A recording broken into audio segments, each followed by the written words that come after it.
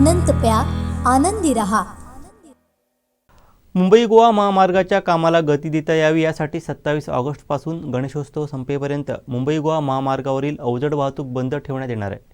वाहतूक पोलिसांकडून याबाबतची अधिसूचना जारी करण्यात आली आहे। जीवनावश्यक वस्तूंची वाहतूक करणाऱ्या वाहनांना यातून सूट देण्यात आली आहे। पाहूयात।